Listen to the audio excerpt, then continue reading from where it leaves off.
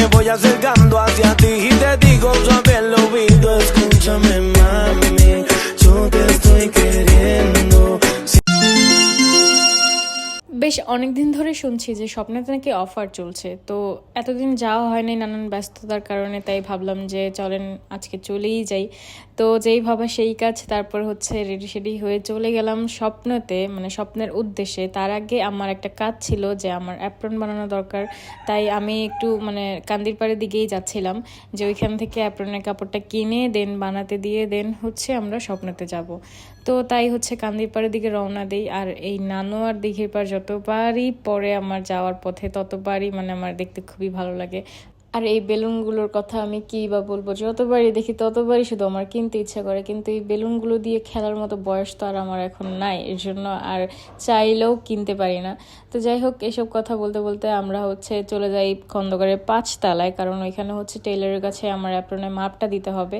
তো এখানে মাপ দেওয়ার পর হচ্ছে আমাদেরকে বললো যে নিচতলায় যাও, নিচতলায় যেয়ে হচ্ছে অ্যাপ্রনের কাপড়টা কিনে নিয়ে আসো। তো আমরা হচ্ছে তার কথা মতো নিচতলায় যেয়ে অ্যাপ্রনের কাপড়টা মানে আর কি কিনবো। তো দেখা যাক ওইখানে কাপড়ের গজ কত করে বা কী কাপড় কিনলে ভালো হবে। তো সাথে যেই ভাইয়াটা টেইলর সেই হচ্ছে আমাদের সাথে গিয়েছিল। তো তারপর হচ্ছে আমরা খন্দকার থেকে সব রকমের কাজটা শেষ করে অ্যাপ্রনের মাপটাপ দিয়ে তারপর হচ্ছে বের হয়ে আসি।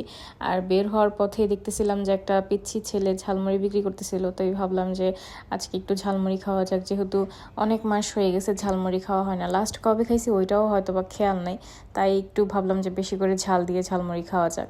তো তারপর হচ্ছে ঝালমুড়ি নিয়ে একটা রিক্সা নিয়ে নেই, স্বপ্নতে যেতে হবে এখন। আর আমি ভাবছিলাম যে একটু তাড়াতাড়ি বের হব, কিন্তু সব কিছু করতে করতে একটু লেট হয়ে গেল।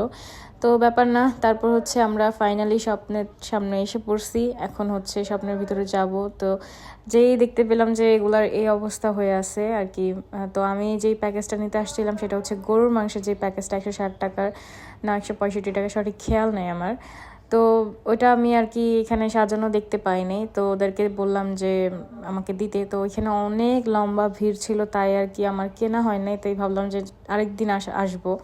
তো তারপর হচ্ছে আমরা বের হয়ে যাই। তো যাই হোক, ভিডিওটা আপনাদের কেমন লাগছে সবাই লাইক কমেন্ট করে জানিয়ে দিবেন। তো আজকে ভিডিওটা এই পর্যন্তই, ভালো থাকবেন সবাই, আল্লাহ হাফেজ।